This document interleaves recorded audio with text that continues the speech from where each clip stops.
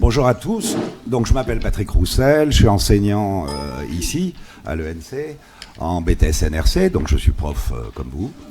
J'ai à peu près les mêmes étudiants que vous, c'est-à-dire on verra un petit peu des profils qui évoluent petit à petit, plutôt bac pro que bac généraux petit à petit. Et j'ai participé aussi à la réforme NRC. Et avec un certain regret, c'est de ne pas avoir réussi à transformer la réforme NRC avec le CRM. C'est-à-dire que nos étudiants, quand ils sont en entreprise, ils utilisent le CRM, mais on a beaucoup de mal à les faire travailler sur le CRM à l'intérieur de l'établissement. Et donc on est obligé de déléguer aux entreprises ce type de formation. C'est important parce que ce qu'on a voulu éviter, c'est toutes les problématiques techniques. Et la plateforme qui va vous être présentée, elle est fondamentalement issue de ça. C'est-à-dire que l'idée fondamentale, c'est d'éviter les problèmes techniques.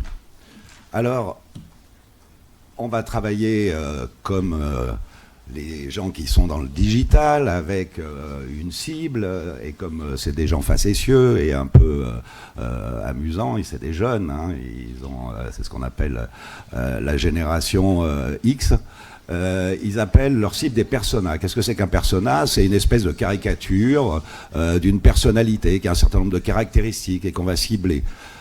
Par exemple, je pourrais dire Ginette, coiffeuse à Romorantin, qui se peint les ongles en bleu, qui est sur Facebook toute la journée. Ou je peux dire Jean-Édouard, qui roule en Mercedes, ne consomme que Apple, passe ses vacances au Cap Ferré, par exemple. Et on a deux personas qui sont assez faciles à saisir et sur lesquels on peut travailler. Ça le mérite, c'est un peu caricatural, mais ça a le mérite de donner l'idée exacte de la personne. Notre persona à nous, c'est ça, c'est des jeunes qui ont maintenant 20 ans à peu près, qui sont issus d'un milieu social relativement peu aisé, avec un niveau intellectuel et je dirais un niveau de culture surtout familiale et d'accompagnement familial dans l'acquisition des connaissances qui est relativement faible. On a beaucoup de bacs professionnels, je ne sais pas si c'est votre cas aussi, donc des gens qui ont suivi des parcours de formation qui sont un peu spécifiques, dont on n'a pas beaucoup l'habitude. Et tous ces jeunes-là, ils ont 20 ans aujourd'hui et ils sont donc nés en 98. Et en 98, ils sont nés en même temps que Google. C'est-à-dire qu'ils ont l'âge de Google. Nous, la digitalisation, c'est une révolution. Hein. On parle de, comment on dit, disruption, c'est ça, disruption de la digitalisation. Eux, c'est pas une disruption, c'est leur vie depuis tout le temps.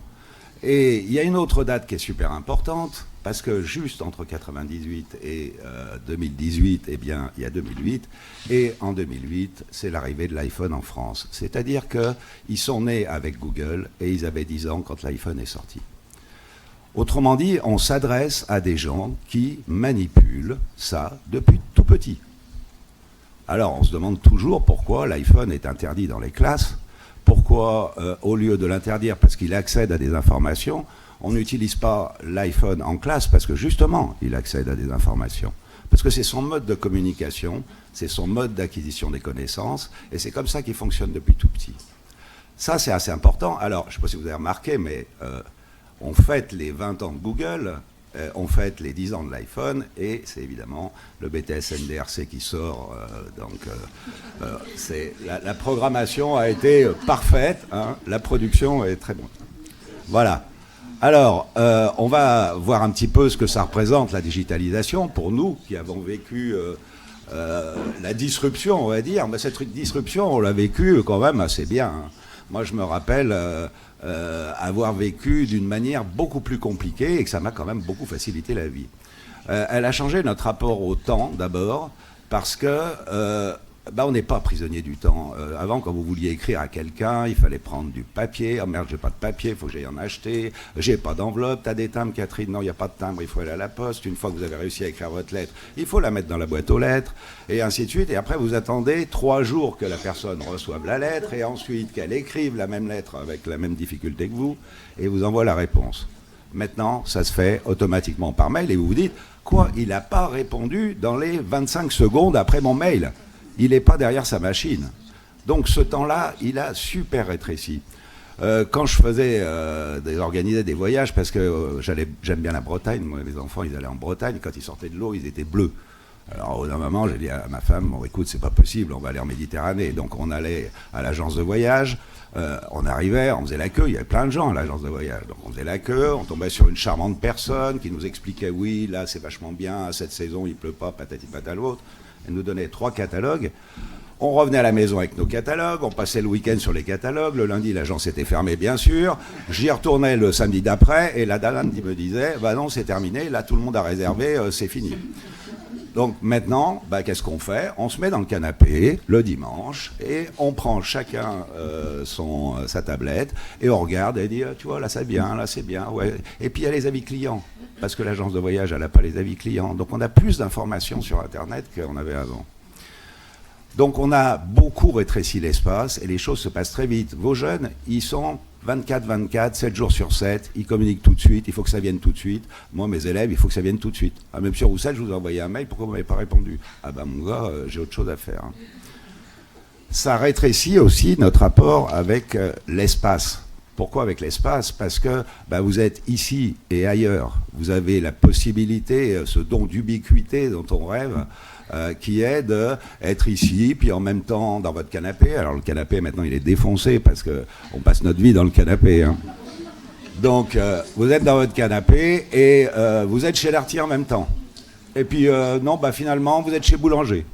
Et puis vous regardez. Et puis vous avez aussi les avis clients, les clients qui sont eux-mêmes dans leur canapé quelque part en France et qui tapent des avis clients pour dire voilà celui-là il est bien, celui-là il est pas bien, etc. 3 étoiles, 2 étoiles et ainsi de suite.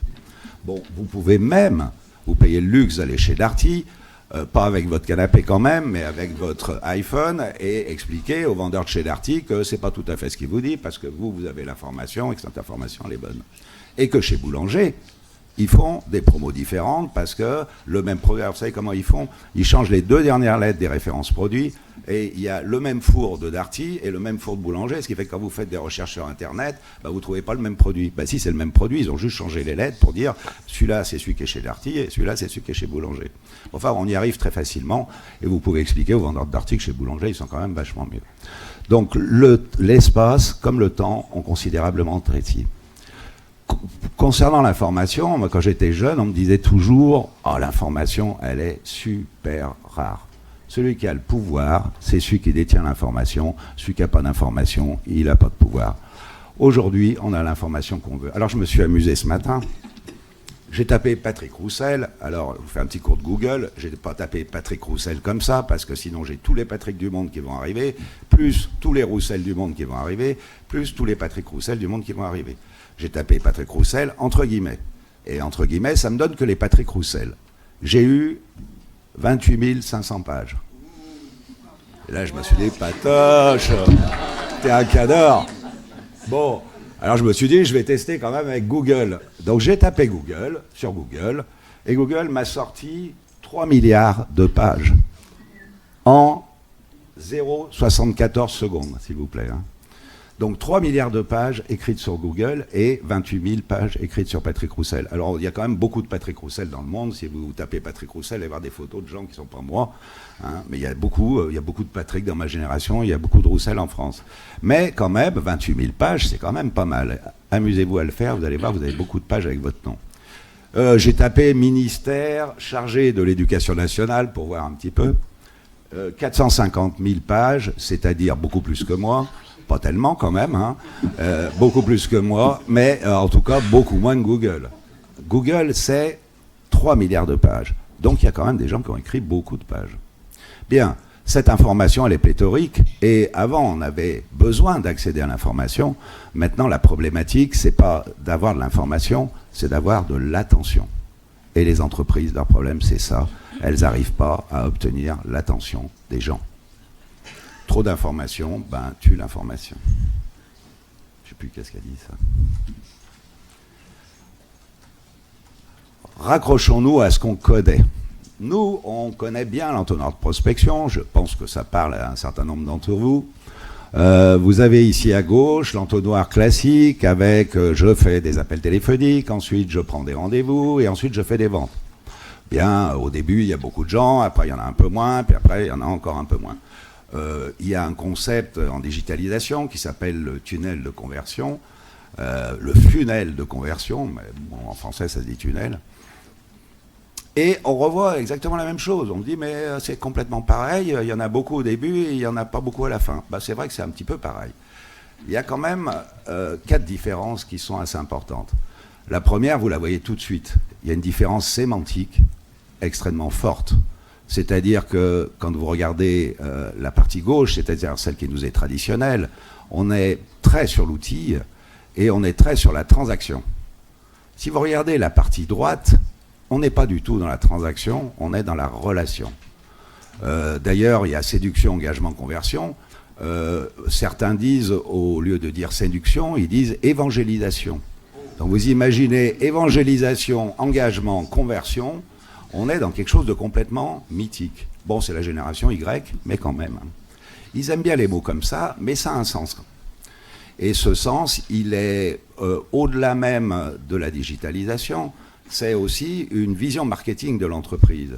Quand vous êtes une entreprise comme Apple, que vous arrivez à avoir des églises qui sont des Apple Store, que vous créez des grands-messes, la grand-messe annuelle de présentation des produits, que vous avez des gens qui sont prêts à se crucifier à l'entrée de l'église pour obtenir le dernier Apple qui va sortir, vous avez réussi à créer avec votre clientèle une relation qui n'est pas du tout une relation produit-client, mais qui est une espèce d'affiliation à une église, qui est l'église Apple, et qui arrive à très bien gérer tout ça. Moins bien depuis que le pape est mort, mais très bien quand même encore. Donc, première différence, elle est sémantique. Il y a une deuxième différence qui est un peu liée.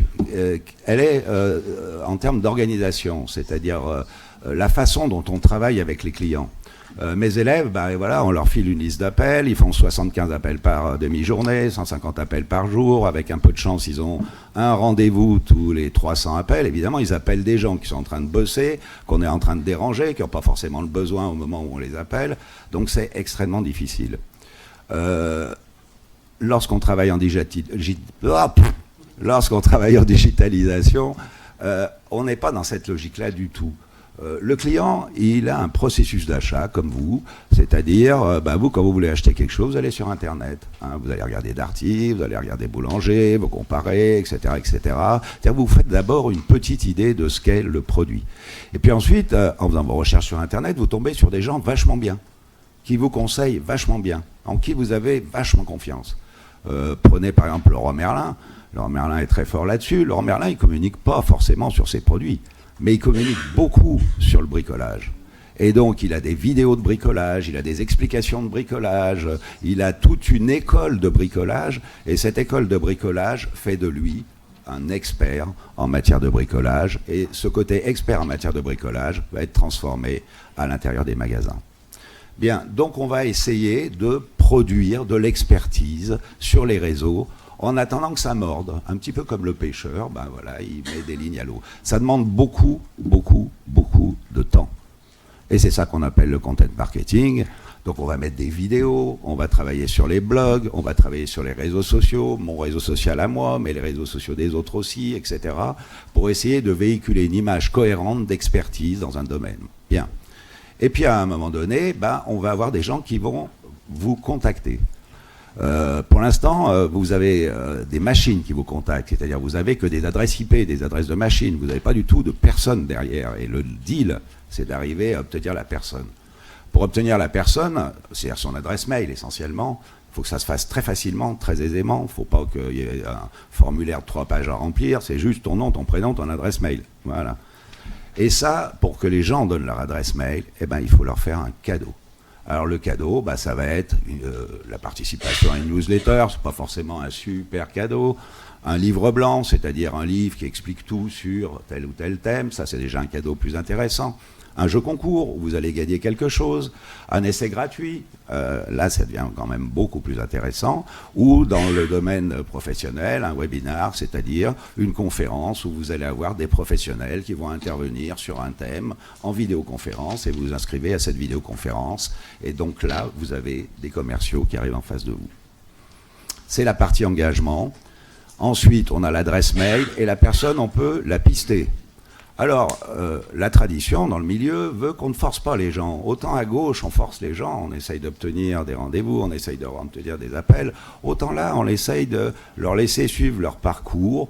Mais on trace ce parcours, on leur donne des points. On dit, tiens, il a rempli un panier, ça c'est vachement bien, on va lui donner 10 points de plus. Et quand il a tant de points, ben, on va lui faire telle offre, etc., etc. Alors, il y a tout un parcours qui est complètement automatisé, qui est tracé par les machines et qui permet de faire avancer le client à son rythme en direction de la conversion. C'est au niveau de la conversion qu'on va retrouver l'essentiel de l'intervention humaine, c'est-à-dire en fin d'entonnoir, là où il y a moins de clients et où l'efficacité du contact humain, qui est quand même nettement meilleure que la machine, il ne faut quand même pas rêver, l'efficacité du contact humain devient intéressante.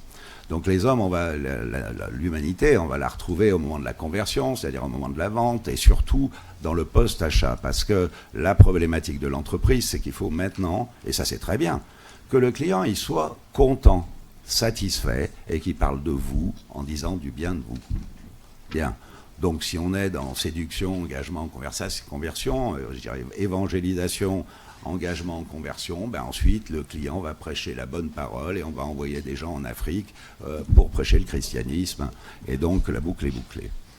Pour ça, il faut avoir un outil très puissant et là il faut de l'intervention humaine parce que la machine peut difficilement gérer tout ça et donc on a le chat, le CRCM, les forums, le SAV, des gens qui vous appellent, etc., etc. Voilà en gros la deuxième différence, c'est qu'on est sur une logique qui n'est pas du tout la même. Le problème, c'est à quel moment se situe la machine, à quel moment se situe l'homme. C'est-à-dire qu'une des problématiques à l'heure actuelle, c'est où est le marketing et où est la vente. Alors, l'opposition marketing-vente, hein, moi je l'ai entendu tout le temps, là, elle se place dans le tunnel de conversion. C'est-à-dire, au début, c'est forcément la machine qui travaille, et vous verrez que dans votre plateforme, il y a une machine qui peut travailler comme ça. Il y a la machine qui travaille et à un moment donné, il y a l'humain qui va arriver. L'humain qui arrive, c'est les équipes de vente, c'est la force de vente, c'est les téléprospecteurs, etc. Et ça dépend forcément du secteur d'activité. Si vous êtes sur des biens relativement bon marché, banaux, c'est au dernier moment que vous allez avoir l'intervention humaine ou même en post-achat. Par contre, évidemment, si vous vendez des solutions très sophistiquées à des entreprises, l'humain va arriver très vite. Dès qu'on sent que le client est intéressé, on va lui envoyer un humain parce que là, on aura besoin d'avoir une personne. L'humain coûte cher, donc on va le réserver au dernier échelon. Dernier point, on parle beaucoup de big data. En fait, le big data n'intervient pas dans la digitalisation telle que je viens de vous la présenter. Dans la digitalisation telle que je viens de vous la présenter, c'est le smart data qui est important, c'est-à-dire le comportemental de la personne et la façon dont il navigue et la façon dont moi je vais le tracer. C'est-à-dire, c'est la petite information sur son petit geste qui va être importante et pas d'avoir mouliné des millions et des millions d'informations à l'intérieur d'une grosse bécane. Bien, encore que les deux soient tout à fait complémentaires, bien sûr. Ça veut dire concrètement que le monde de la communication a changé. Depuis toujours, les entreprises utilisent trois moyens de communication, trois grandes familles. Les moyens qu'elle a en propre, c'est-à-dire que traditionnellement, le marketing direct, la force de vente, etc., c'était des moyens qui étaient en propre à l'entreprise. Elle utilise aussi des moyens payés, la publicité, que ce soit dans la presse, à la télévision, etc. Donc on communique en payant des agences ou en payant des médias pour avoir donc de la communication. Et on communique aussi en relayé. Qu'est-ce que ça veut dire ? Ça veut dire qu'autrefois, c'était déjà vachement mieux qu'au lieu de mettre une page publicitaire dans un journal, on ait un rédactionnel, c'est-à-dire un journaliste indépendant qui a écrit sur mes produits. Pourquoi ? Parce que les clients, ils ne croient pas à l'entreprise. Ils croient uniquement les gens comme eux. Ça va poser un problème aux médias payants aujourd'hui. Médias payants, vous connaissez ce que c'est. AdWords, par exemple, c'est quand vous faites une requête sur Google, vous avez en haut, les premiers, il y a marqué « annonces ». Et ce sont des annonces payantes. Et Google vous positionne en fonction d'un certain nombre de critères au début de page. Les lignes annonces sont beaucoup moins cliquées que les lignes qui ne sont pas annonces. C'est-à-dire que les gens se méfient de ces annonces. À partir du moment où il y a un discours commercial, les gens n'y croient plus. Les gens ont beaucoup plus confiance dans les avis des gens comme eux ou des avis d'experts, de gens qui sont réputés pour avoir des connaissances sûres. Donc on va retrouver les médias. La presse, d'une manière générale, elle est en ligne aussi, bien sûr, et on a le droit d'interréagir avec la presse en ligne, ce qu'on n'a pas le droit de faire avec la presse papier. Vous avez les blogueurs ont pris une place considérable, vous avez des grands experts dans le domaine du blog, vous avez tous les influenceurs réseau. Moi, ma fille, elle est un peu sur les réseaux et elle compte ses followers sur Twitter, parce que sur Twitter, c'est ça, c'est plus j'ai de followers, plus j'ai du poids, et plus je peux déclencher des mouvements très rapidement. Et donc vous avez les réseaux sociaux sur lesquels les gens s'expriment et disent ce qu'ils pensent des différents produits qu'ils ont achetés, et les avis consommateurs. Je ne sais pas si vous allez sur TripAdvisor, mais moi je vais toujours sur TripAdvisor. Cette croyance dans les autres, elle est forcément un peu dangereuse, parce que moi je me suis aperçu que sur TripAdvisor, c'était forcément des retraités qui donnaient leur avis, parce que je tombais toujours sur des trucs où c'était propre, mais c'était chiant à mourir, quoi. Alors, les médias payés, c'est en chute libre à l'heure actuelle. Ce qui marche très bien, c'est les médias relayés. Reste ce qui appartient à l'entreprise. Ce qui appartient à l'entreprise, ça monte en puissance. Ça monte en puissance très fortement parce que c'est beaucoup moins cher qu'avant. Et surtout, très accessible. Alors traditionnellement, il y a la force de vente et le fameux CRM qu'on a raté il y a 20 ans quand on a fait la réforme du BTS-NRC. À l'heure actuelle, les CRM ont beaucoup évolué. Vous avez par exemple un CRM qui s'appelle Suite CRM, mais ils sont tous à peu près équivalents. C'est des choses auxquelles vous accédez en ligne, c'est-à-dire qu'ils ne sont pas chez vous. C'est tellement plus pratique, vous n'avez pas à gérer le poste, les sauvegardes, etc. etc. Le CRM existe toujours. Vous avez quelque chose, le cousin du CRM, qui s'appelle le Marketing Automation. Ici, je donne comme exemple Mautic. Mautic est un système de marketing automation qui vous permet d'automatiser la relation avec des clients se baladant sur Internet en fonction d'un nombre de points qu'ils peuvent avoir ou d'actions qu'ils font. Par exemple, j'ouvre un panier, tac, il y a quelque chose qui va se passer, et ça se fait en automatique. Vous avez plus près de la digitalisation, les sites et les blogs. Un site est neutre, c'est-à-dire c'est juste un site d'information, donc c'est que de la communication. Le blog rajoute au site l'interaction avec les internautes, ce qui est très bien, parce que ça permet d'avoir des informations, et ça permet aussi de drainer du trafic vers le site de e-commerce, c'est-à-dire de le faire monter dans ce qu'on appelle le SEO, c'est-à-dire plus il y a de liens entrants, et plus il va monter sur Google lors des requêtes qu'on va faire sur le nom. Bien, on a comme site et blog WordPress qui est à l'heure actuelle le plus utilisé pour créer des sites et des blogs, qui est quelque chose d'extrêmement connu. Ensuite, vous avez tout le e-commerce. Alors le e-commerce, c'est les sites de e-commerce sur lesquels vous allez, vous achetez des produits, etc. etc. Comme logiciel de e-commerce, il y a actuellement PrestaShop en France qui est largement dominant, même s'il est concurrencé par un nouveau qui vient d'arriver qui s'appelle Wix. Mais PrestaShop est encore la référence en matière de e-commerce. Il a l'avantage d'être complètement en français, comme WordPress, d'être très développé en français aussi, c'est-à-dire que c'est d'un abord relativement facile. Ensuite, vous avez tous les comptes sociaux d'entreprise qu'elles utilisent, c'est-à-dire toute entreprise a son compte Facebook, Twitter, LinkedIn, Google+, etc. Et vous avez des gens qui travaillent là-dessus. Vous avez également des applications pour faire des newsletters, et vous avez également des applications de support, de SAV, forum, chat, etc. Voilà comment une entreprise structure sa communication avec ses clients, et voilà ce qu'il y a sur la plateforme BTS-NRC, puisque sur la plateforme BTS-NRC, il y a WordPress, il y a PrestaShop, il y a SuiteCRM, il y a Mautic, et il y a toutes ces applications. Voilà, donc c'est maintenant Patrick Feignet qui va vous présenter la plateforme.